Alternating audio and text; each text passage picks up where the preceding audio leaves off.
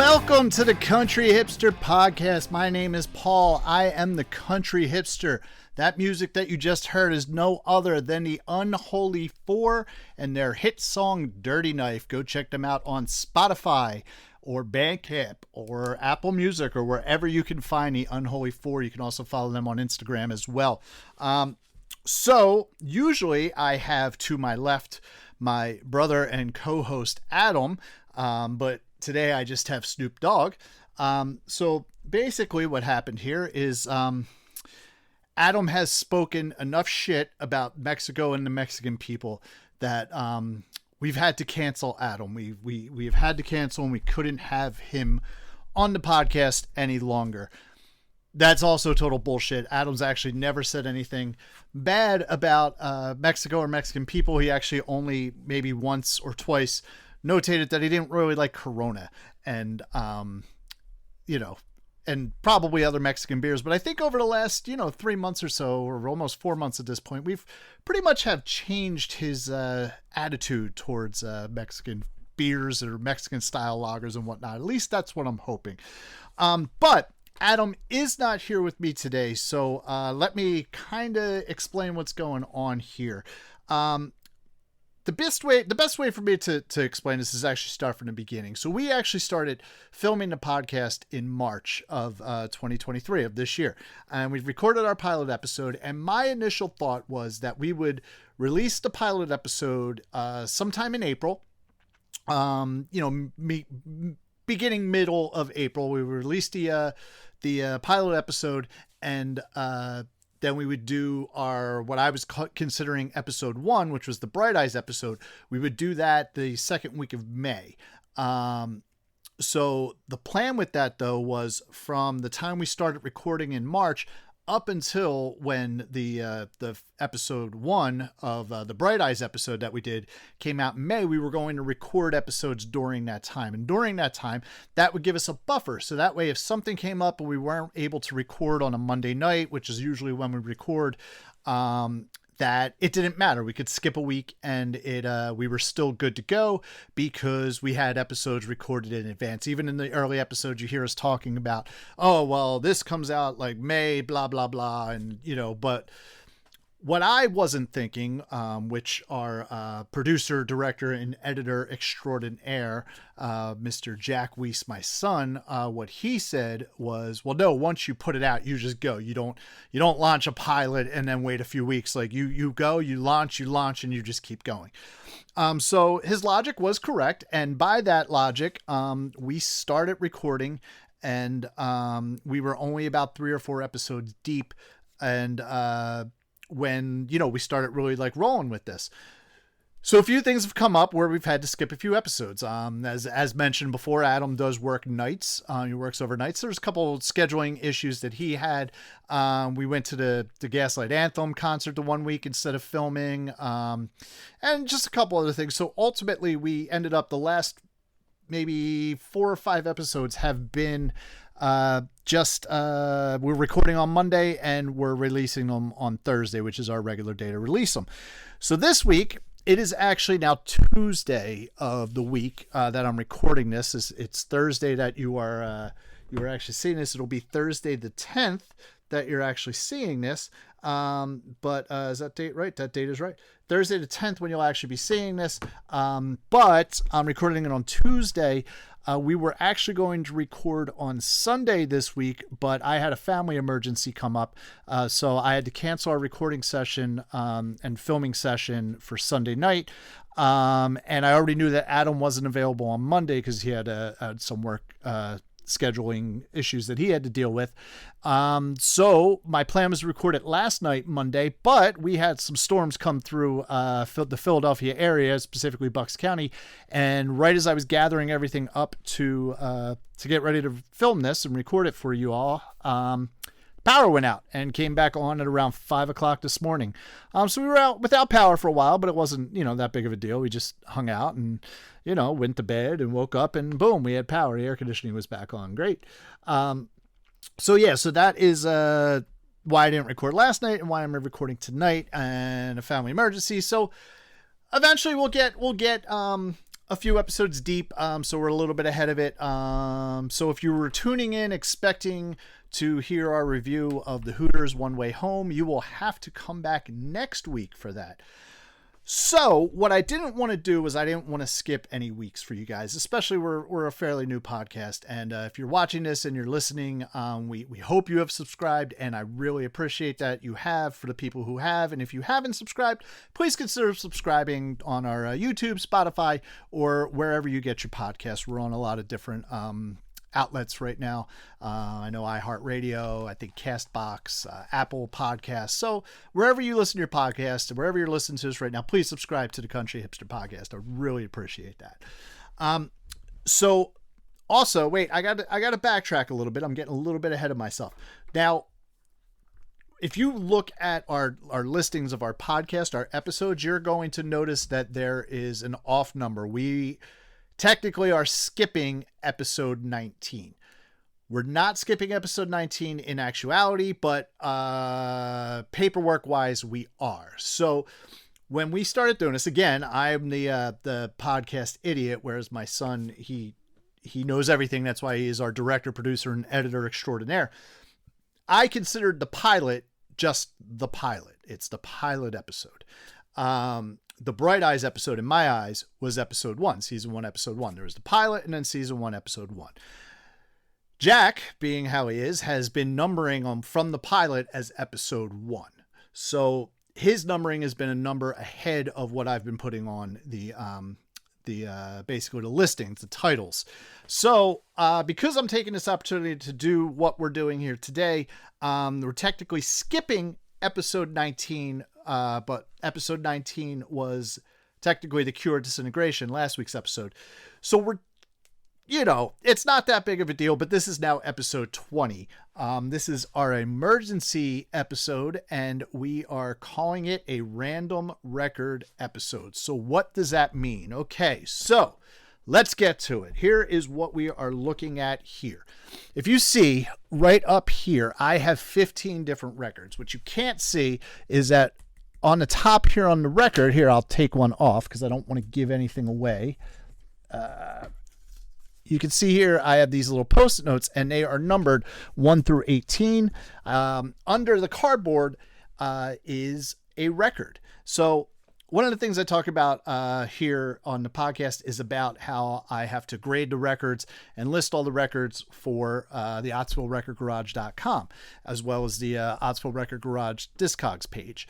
I don't always have time to do that. I have a now 8-month-old daughter who is beautiful, and I love her to death, but she takes up a lot of my time, and I'm also an active musician, which I do have some shows coming up, but maybe we'll get to that later.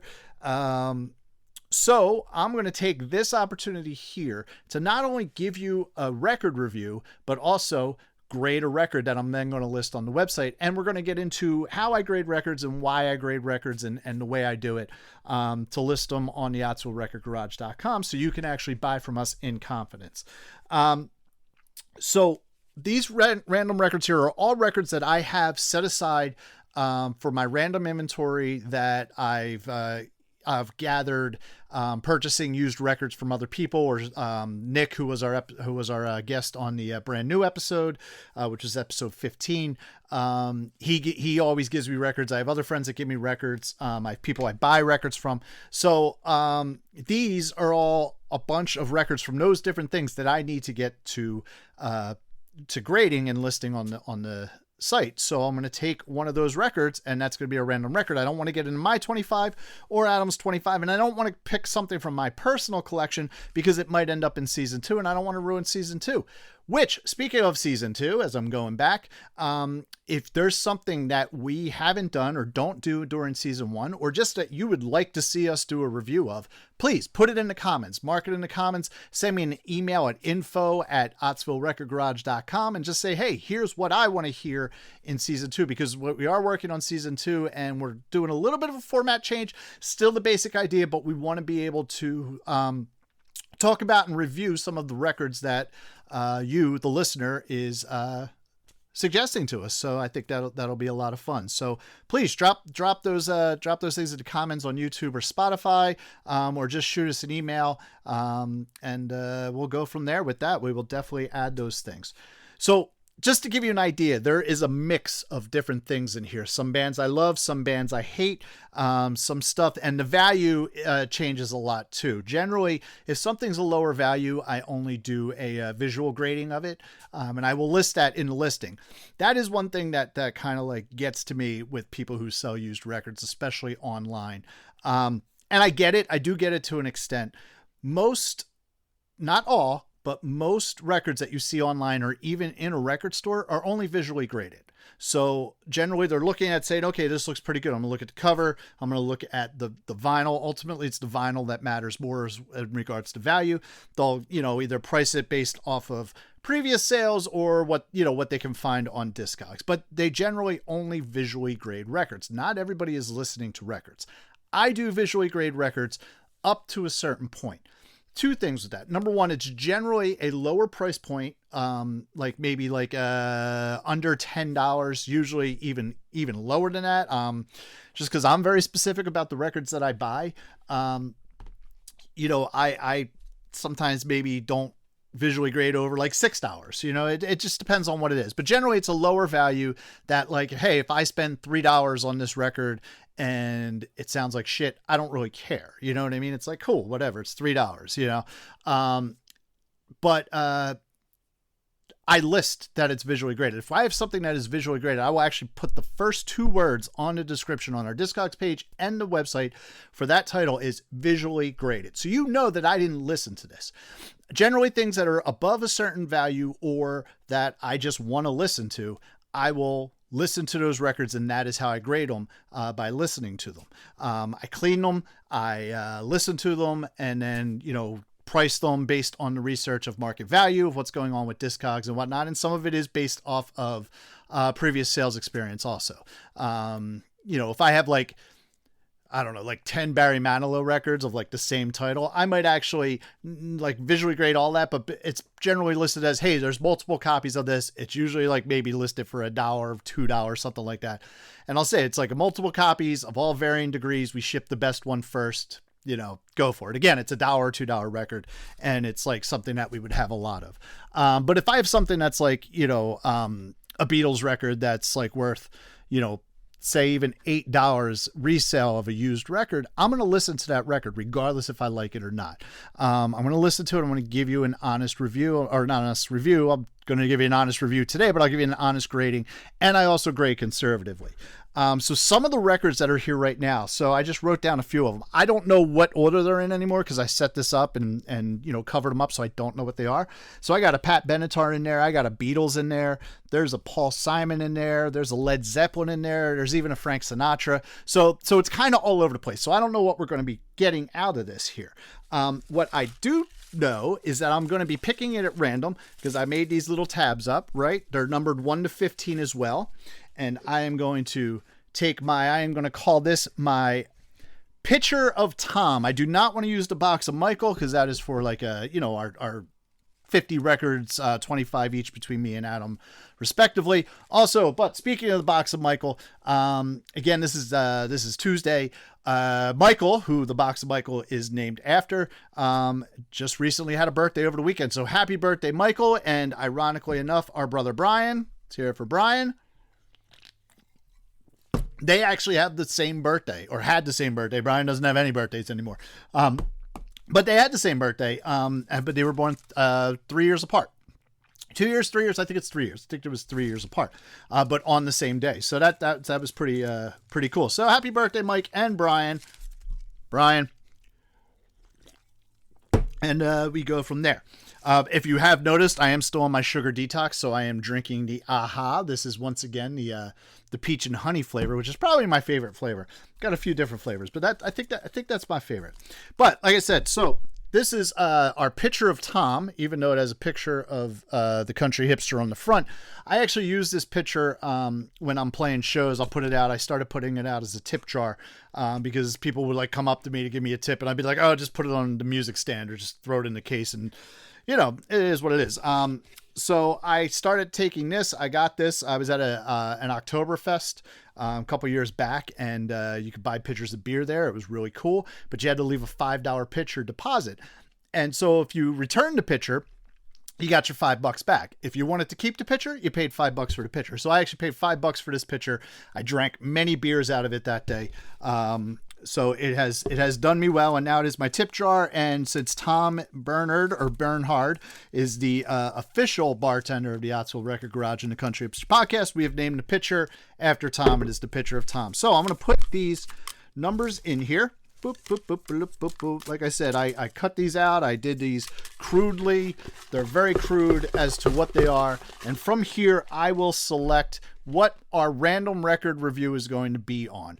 And I am going to straight listen to it. I'm going to clean it. I'm going to listen to it. I'm also going to grade it for the website, for the country, for the OttsvilleRecordGarage.com. And we're going to do that in just a moment here. So I'm going to once again mix it up. You can hear it. I don't know if you can hear that. But here we go. And I'm going to pick a tab. Boom. Right here. Here's the tab. I don't know what number it is yet. Number 11. All right. So let's see which record number 11 is. Give me 1 second.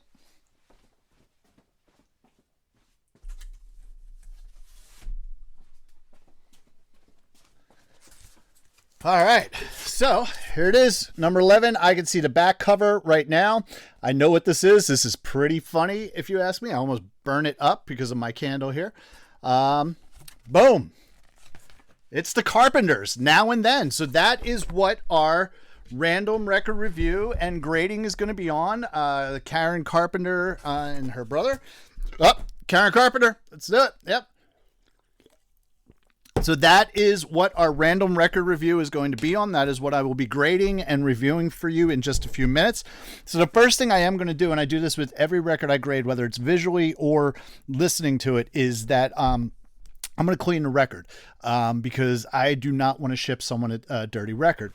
So I'm going to clean the record, and I use a couple different things. Now, I don't have a record cleaner. Right, so all my records are actually cleaned by hand. This is also probably why it takes me so long to grade everything.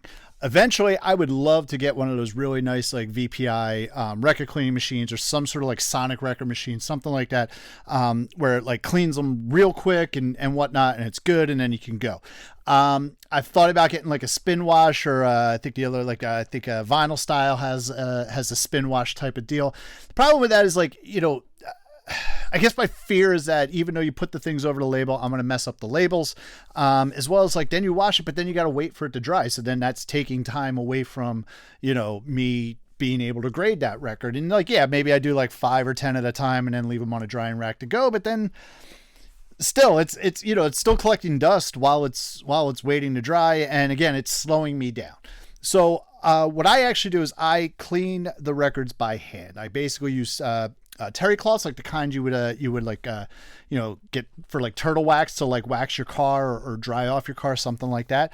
And I use 2 different cloths, right? I generally use a green cloth to clean it, green to clean, and then I'll use a different color to dry it off, and I'll use different solutions. I will use a Vinyl Style solution. Sometimes I will use the Mobile Fidelity 1 cleaning solution. I generally put it into a spray bottle, and I'll spray the towel itself. I'll clean off the record, dry it off, flip it over. Again, same thing. Spray the towel, clean it off, dry it off. I do this on actually. You can get like those drying mats that you see at like Target or Walmart or something like that to dry your dishes when you don't want to have a dish rack. So I'll put it on the drying mat. I'll clean it off, and then that's what I'll do. Then I'll listen to it. I'll listen to the record. So when we cut here, and that's the other thing. If it needs a new sleeve, if this record needs a new sleeve, I haven't looked inside yet. I don't know.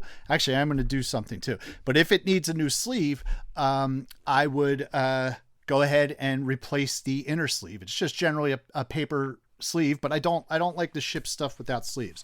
So this guy here, let's see, I did want to do a visual grade on it. So first, just visually, the first thing you do is you grade the cover. So this cover it's a trifold cover, which is pretty cool. It does have a dent on the end here. It has a little bit of ring wear, nothing major. And the middle, I don't know if you can see it, but the middle panel is separated from the back. So now this is not a split. I would not consider this a seam split, but I would consider it a separation. And I would also notate that in the description, which I will do when we do that. So I would probably put this cover, because ultimately the middle panel, you don't use that for anything. It's basically for show. I would put this most likely at a very good for the cover. This particular record does have the original inner sleeve, so I don't have to replace the inner sleeve. And if I were to visually grade this record, again, I don't know the value of this record, so offhand, I don't know what it is. I know it's the Carpenters Now and Then. Not really as familiar with this record. I do have other Carpenter stuff already listed. But visually speaking, before it's cleaned, it has a little bit of wear, has a couple little scuff marks, but nothing deep, nothing crazy. Doesn't, if you look at the hole that's in the middle there in the label, it's not really, messed up. So I would venture to say this hasn't been played a whole lot. I would probably visually grade this at very good plus. But we're going to listen to it so that way we really know, because just because something looks very good plus does not mean that it plays very good plus. I've seen records, honestly, right factory sealed. I open it up, I take it out, I clean it, I put it onto my turntable, and the fucking thing skips. It's a manufacturing defect, or it's something with the vinyl or that particular one that I have. It happens, so that's why visual grading, especially above a certain price point, is not necessarily reliable. So we are going to listen to this. I will look up the value visually. Like I said, I would probably visually grade this at whoops, I'm doing it the wrong way. I would visually grade this at a very good plus. But we're going to clean it up and we're going to listen to it. And we're going to come back in just a few minutes with my official record review and grading of the Carpenters Now and Then on this episode of the Country Hipster Podcast. So stick around. In literally probably like 5 seconds, I'll be back for you. All right, cool. Talk to you soon. And welcome back to the Ottsville Record Garage. I am still the Country Hipster Paul. And see, it's just a few seconds there. We were gone and we are back. I have finished listening to Carpenters Now and Then, which is the random record that was selected today. I got it right up here on my little stand there. Just to show you how real deal this is, I have a different colored candle. If you look back just a few minutes ago, there was a black candle in the High Life bottle here that we're melting the wax on. This is a green one. So, it's legit. It's a different candle and everything. It's been a little while. We listened to the record. So, did a lot of intro stuff there. So we're just going to get right into this right now. Carpenters Now and Then. This is the 5th studio album for the Carpenters, which was released on May the 1st, 1973. The same day it was released, they performed at the White House following a state dinner for West German Chancellor Willy Brandt. If you are of a certain age, you have no idea what the hell West Germany is. Just go back and look up history and look up what the Berlin Wall was and what that meant, and you'll know the difference between East Germany and West Germany. This album was actually produced by Richard and Karen Carpenter. So they were the producers on this album. Something that's kind of cool about this trifold color cover here. This is a picture of Karen and Richard driving past the Carpenter family home, which is on Newville Avenue in Downey, California. So if you live in Downey, California, specifically on Newville Avenue, there is a possibility you live in or near the Carpenter family home.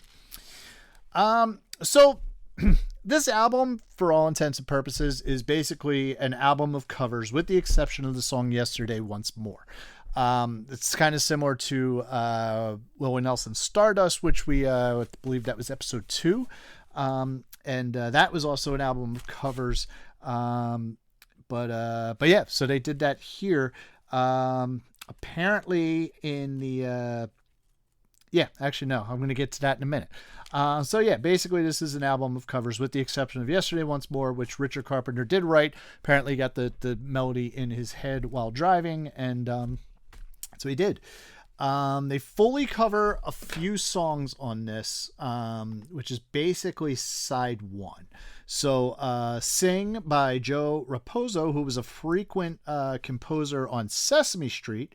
The Masquerade by Leon Russell. Heather by Johnny Pearson, which is an instrumental. Jambalaya on the Bayou by Hank Williams. And I Can't Make Music by Randy Edelman.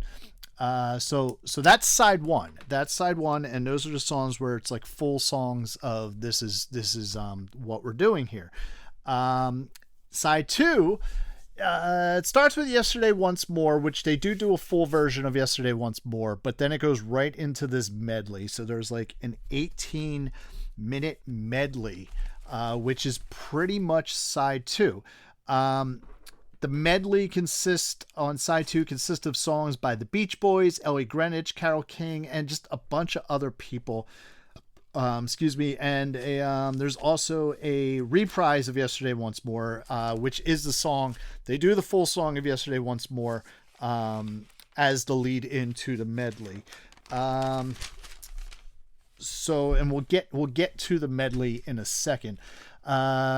Still with the factoids here, Now and Then is one of only 2 Carpenter albums where Karen plays all or most of the drums on. She does not play the drums on the song Jambalaya, which is really a shame that like she didn't play the drums completely across the board for Carpenters, because Karen is a fucking amazing drummer. I'm not a drummer guy. I'm not, I don't kind of care less. Mike for the Box of Mikes is an amazing drummer. Drummers are drummers to me. Whatever. She was fucking amazing. I actually recently saw a video. I don't remember if it was on Instagram, if it was a reel or if it was a TikTok or something, of her drumming. And that's actually when I realized she was a drummer. I didn't even know she was a drummer. I thought she was a singer and nothing more but a singer. Beautiful voice, beautiful singer. But no, man, she's a fucking badass drummer. And, you could have definitely put her up there against any fucking drummer of the 70s, and she probably fucking rock it really hard. But at any rate, still on with the factoids. This album is 2 times platinum, selling over 2 million units. Here in the US. It hit number 2 on the Billboard 200 weekly charts and was number 51 on the Billboard year-end charts of 1973. So those are the factoids about the album and a little opinion regarding Karen Carpenter's drumming skills, which once again are fucking amazing. Look up, just Google Karen Carpenter drumming, and you will be absolutely amazed at what that woman was able to do behind a kit. So personally, I thought the album, it's a solid album. I don't go out of my way to listen to the Carpenters, but every time I listen to the Carpenters, I'm like, man, this is actually pretty fucking great. I believe there's technically some Carpenters albums in my personal collection, but that's because they were actually Katie's Carpenter albums. And so when we got married, we did combine our collections. So she may have actually even taken them from used inventory that I had coming in, where I'm like, oh, I have a bunch of these same album. This one I don't, though. This is actually the first time I've come across this album, and the only copy that I know right now. There's still a lot of albums that haven't been listed for sale. But there's still a lot of, this is the only copy I have of this album. Generally speaking, there's solid songs. Karen's voice is beautiful. She sings with such emotion, and it really, Karen Carpenter left this world way too soon. So once more for Karen Carpenter here. It's probably the last time we'll do that. Maybe not, but because we're talking about Karen Carpenter a lot. Yeah, so I will say that I think it's weird that there is an instrumental on an album that is essentially has 6 songs on it, and one of those songs being an 18-minute medley of other people's songs. And honestly, like in the medley, at least on this, I don't know if the CD version is different, but on this copy, this pressing, the vinyl pressing, there is like in between the medleys, like I said, it's a bunch of different songs on the medleys. Like just to give you an idea, it's like you got Fun Fun Fun by the Beach Boys, The End of the World by Arthur Kent and Sylvia D, Do Run Run by Ellie Greenwich and Phil Spector, Dead Man's Curve, Johnny Angel, what else is it? The Night Has a Thousand Eyes, Our Day Will Come, and One Fine Day by Carole King. Yeah, each of these songs has this stupid. I'm guessing. It doesn't really say who it is. I'm guessing that the voice in between the songs in the medley is Richard Carpenter. It fucking is stupid. There's just this like, hey, and listen to the DJ of the blah blah blah, and we're gonna take you back to this time, and it's just like, dude, shut the fuck up. Like, if you're gonna do a medley, just fucking let the medley play. Like Karen sing the songs and just fucking let the medley go. Don't do this fucking stupid DJ bullshit in between. Apparently where that comes from is that in the early 70s, there was a revival of oldies music. So it's funny, like I think of oldies music, as someone who was born in the late 70s, but grew up in the 80s and the 90s. I would probably consider this oldies music to an extent, coming out in 1973. Came out before me. So it's kind of weird, like think, oh, these oldie, we're going to do oldie stuff. And, even some of this oldie stuff that they did isn't really even that old. I don't recall when Fun Fun Fun came out, but maybe 12 years maybe before this album was released. Yeah, like I said, overall, despite the medley, I do think that it is a solid album, man. It sounds good. It's recorded great. It's produced well. It's cool, man. Like, it's a solid compilation of songs. I could do without the instrumental. I just think for something that really only has 6 songs, why would you do an instrumental?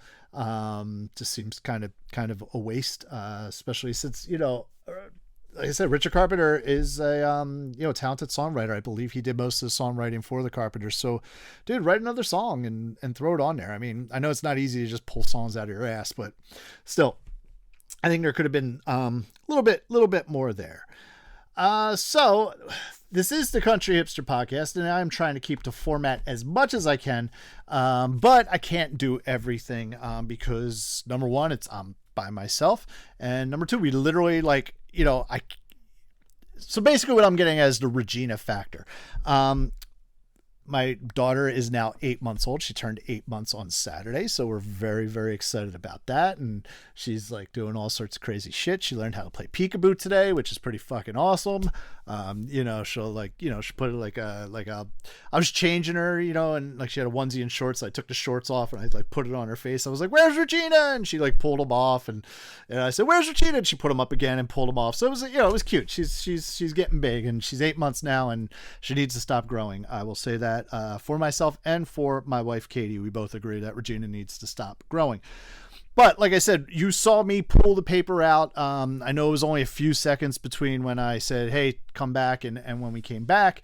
But I really did listen to this album in, pretty much in real time to grade it and to review it. And so it's now, 10:15, and Regina's in bed. So Regina's not going to get an opportunity to hear this.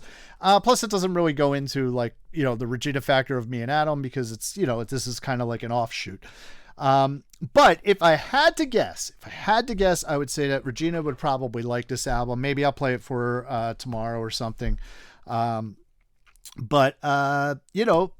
She seems to like female singers, specifically Ellen Greene from Little Shop of Horrors, and Sarah Brightman, who you would know from a lot of musical theater, such as Phantom of the Opera and pretty much anything Andrew Lloyd Webber needs a woman's voice for. So my guess is she would love Karen Carpenter's voice, and she would love these songs. She does seem to like stuff with melody as well.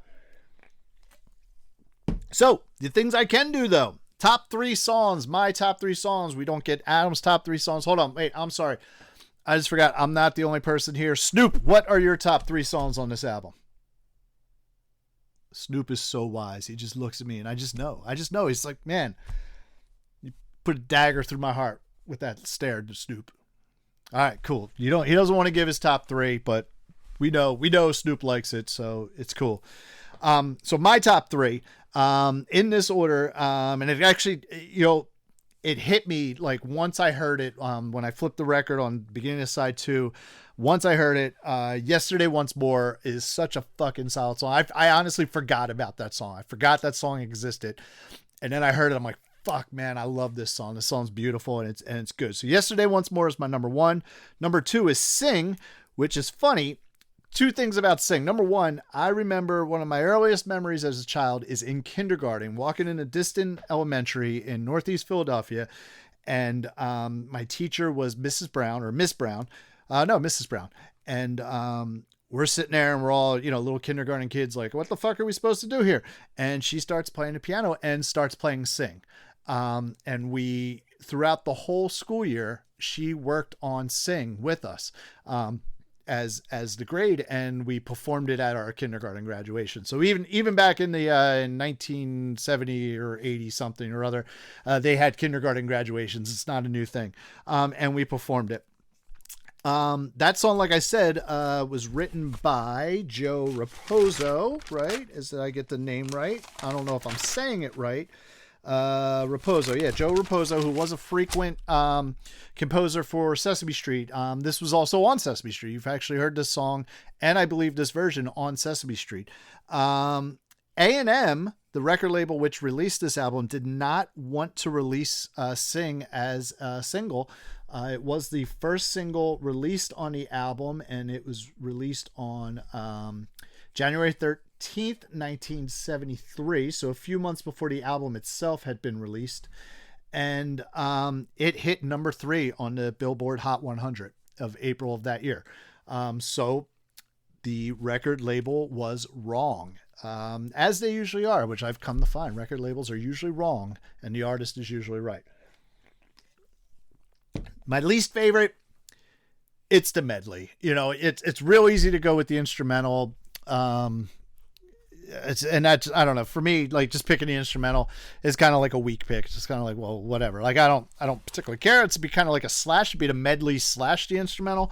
But it's really the medley. I just don't know why they did an 18-minute medley and just the DJ shit in between each song of the songs being introduced. It's just fucking stupid. I'm sorry. I mean, maybe it played well in 1973, but in 2023, which, oh my God, that makes this album 50 fucking years old.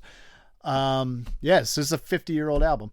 Yeah, it just doesn't play well. It's fucking stupid. So those are my favorites and least favorites.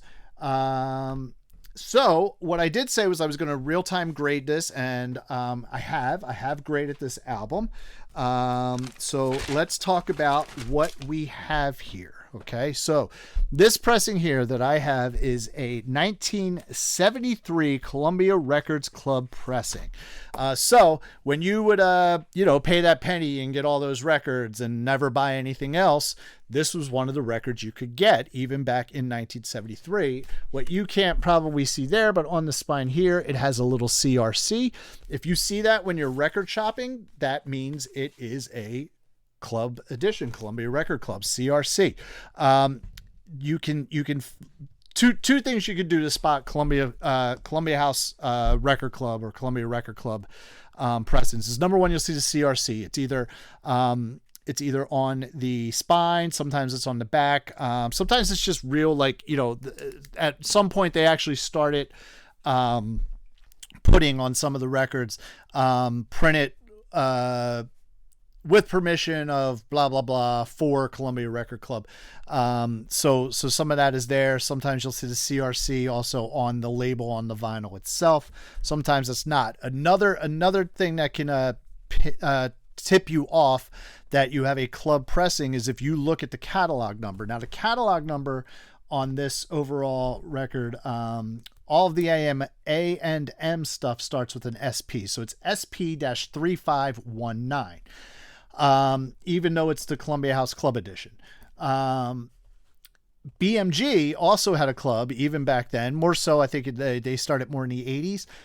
Their catalog numbers will actually be different than the actual catalog numbers. So those usually start with R dash and then like a 5 or 6 digit number. Don't get confused though, because sometimes there are imports with similar looking catalog numbers. So usually it's the R though, but you want to be careful. You always want to check. You don't want to just assume you have a club copy. You could actually have an import.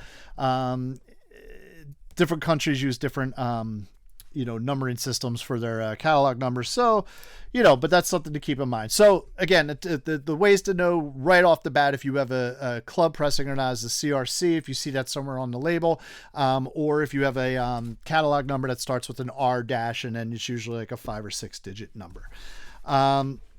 So that is what we have here. We have a Columbia House Records pressing.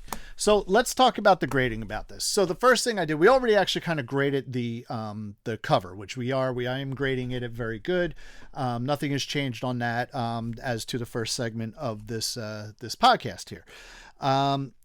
So I did clean it. I cleaned it before I played it. I went through it,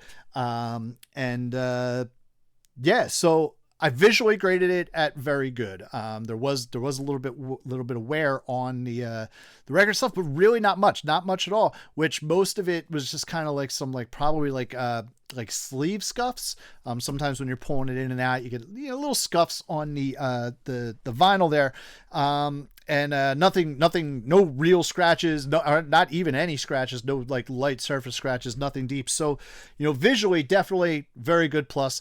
Playing it is a solid, very good plus. So basically I have listed this on Discogs and OttsvilleRecordGarage.com already, and I will tell you the exact description that I am using there. So this is how I grade this copy of the Carpenters Now and Then. It is a trifold jacket, has light shelf wear. Top left corner is dented and the middle panel is separated due to old glue, but it is not split. Original inner sleeve included. Vinyl has light wear and does not affect play. Appears to have been rarely played. Sounds amazing. All of that is true. It is cleaned and it ships in a poly sleeve. Now, what I'm going to do here, and I'll show you because right here is active inventory behind me. All of our records here ship in a poly sleeve. We will not ship you a record that's not in a poly sleeve. Also, since I'm going to be having some pop-up events, I do take a Post-it note with the price and the grade of the record, and I do put that in the top right-hand corner. I use the tiny little Post-it notes as to not damage the cover. Because I want it to be easily removed. I don't even want to do like a removable sticker, because guess what? Those little tiny circle removable stickers really aren't that fucking removable. They're a pain in the ass. Sometimes covers, when I get them, they already have stickers on them or old price stickers. I don't remove stickers either. That's the other thing. When I'm grading a record, when I have a record, I'm going to leave an old price tag on there, or so whatever sticker someone might have put on there. But I will also notate that in the description. Hey, this has an old price tag on it. Sometimes it's kind of cool because you get like a Sam Goody price tag. It'd be like, oh, this is an old Sam Goody price tag, and I'll even mention that. Or like coconuts is another one that I'll see. And if you're in the Philadelphia area, I don't know if it's just a Philadelphia store, but like Clover, I'll get them too, like the cool Clover price stickers. But I don't remove them because I don't want to damage the cover anymore. Some of them are damaged already, some of them are not. But at any rate, it's also kind of just gives it that feel of the vinyl. But yes, so this will get a little Post-it note with the price on it and the grade, the vinyl grade. I only put the vinyl grade on there. Obviously, the cover, you can look at the cover and fucking figure it out for yourself. But then it does go in a poly sleeve, like this Spinner's record here.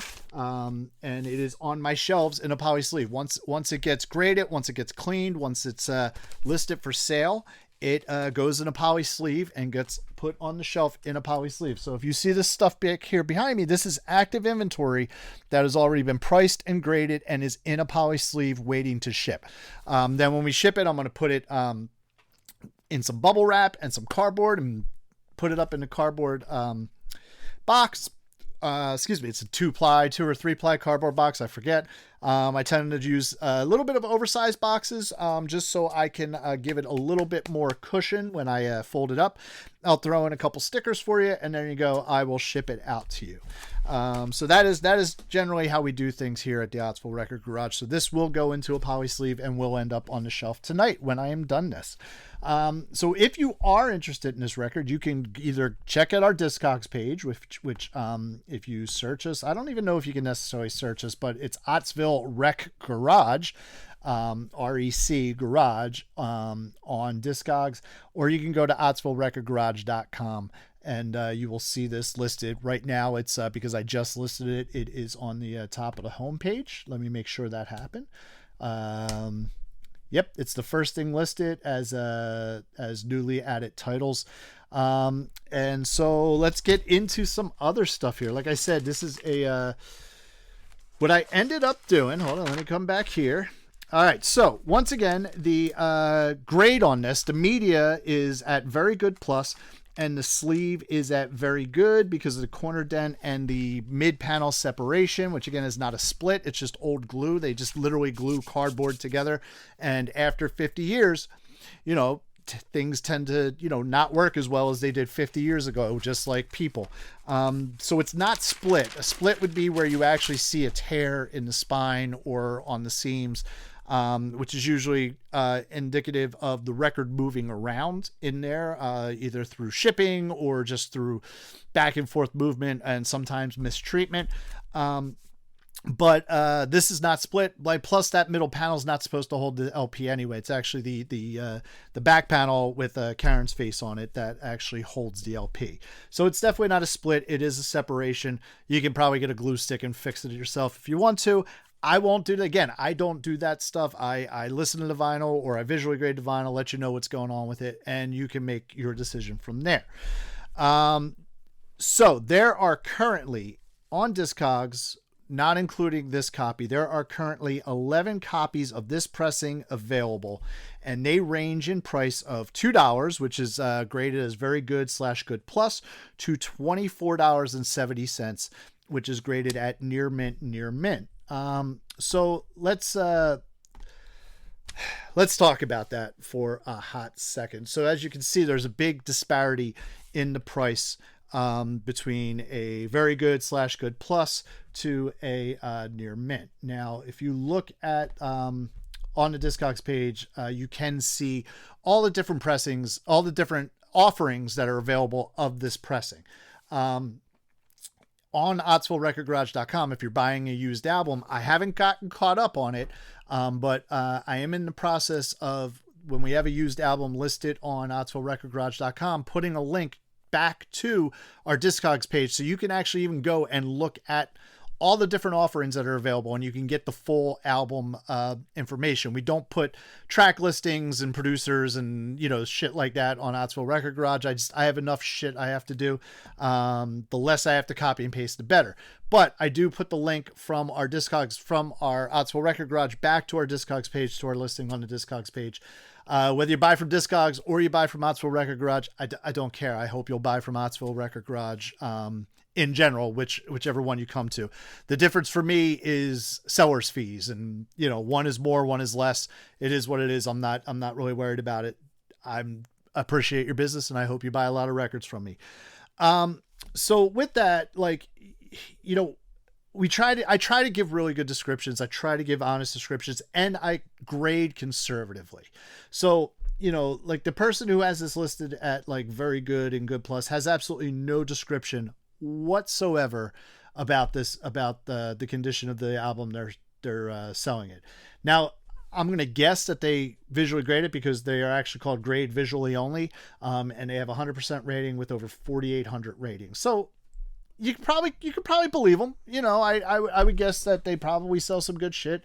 And then you have the near mint version, which is for $24.70 and $35 shipping, because it is shipping from Malaysia to the US if you wanted to buy that at near mint. that seller has a 96% rating with a 326 ratings. They do have a description, but basically the description is no refund for this item once opened as it is sealed. Okay, so I guess that's kind of, I'll give them that. Generally, if I have a sealed record, like if I had this totally sealed, I would actually grade the vinyl at mint because it was sealed. If it looked like it was the original sealing. Sometimes there have been times where people have resealed records. Near mint for me, I very rarely will list an album at near mint. My general listing, for the best listing you're going to get, is usually going to be a very good plus. This album, this copy, is arguably near mint. It really is. Just from the visual description and how it played, it really, it probably is generously a near mint. But I grade conservatively and I price conservatively. So if I'm going to grade something near mint and list it for near mint, that means it came from my personal collection. It means that I bought it brand new. It means I know exactly how many times I've played it, or roughly how many times I've played it. I know where it's been stored. I know how I've stored it. All of those things are factors into whether or not it's going to be near mint. The only way I'm going to know that is if I've owned that album from day one. I have not owned this album from day one. I wasn't even alive in 1973, so I couldn't have owned this album in 1973.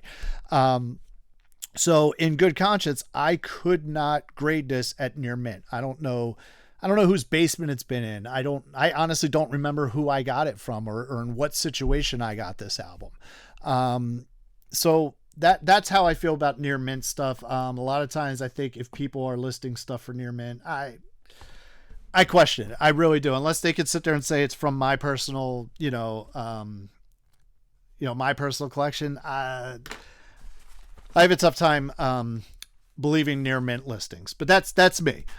So back to this. The last time this album sold, though, okay, so you had that price range of $2 to $24.70. The last time this album sold of this pressing was December 10th of 2020. That was a very good plus copy, which sold for $7.50. So one of the fun things we do on the podcast is that between mine and Adam's collections is that we are getting the suggested retail value and seeing whose collection is suggested retail, whose collection is worth more money. Right now, Adam is kicking my ass in that because of fucking Steel Train. Fuck you, Steel Train, and your beautiful album that sounds like just crap that I don't like. So the MSRP on this record is $15.29. The average selling price of this record is $8.48, with the median being $5.25.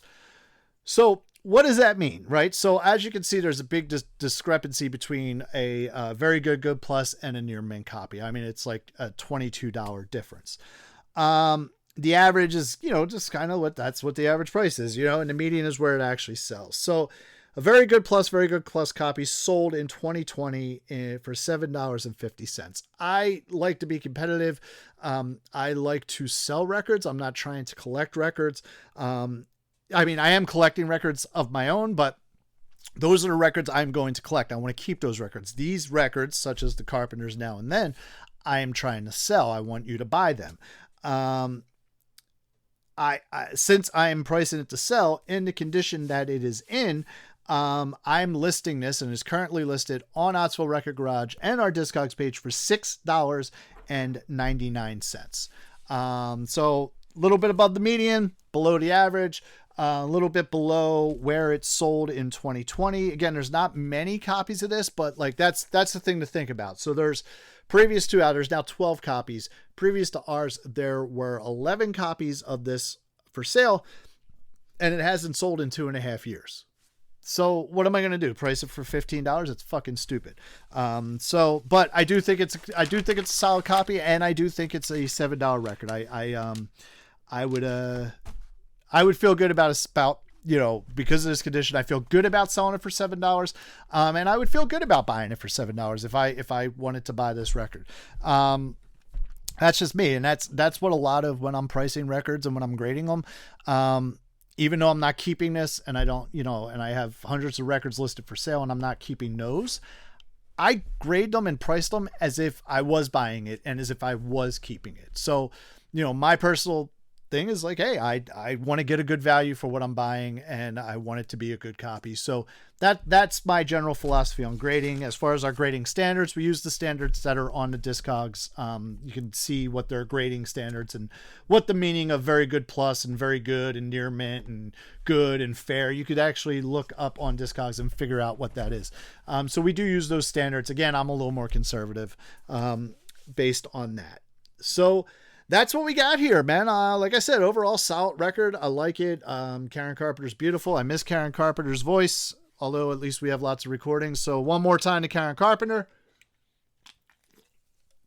And please tune in next week. Adam will or should be back, and we will discuss the last album pulled from the box of Mike, which is the Hooters One Way Home. So thanks for hanging in there. Thanks for listening. Please subscribe. I hope you liked what you saw there or what you're hearing. And we'll catch you next time on the Country Hipster Podcast. But for now, it is time to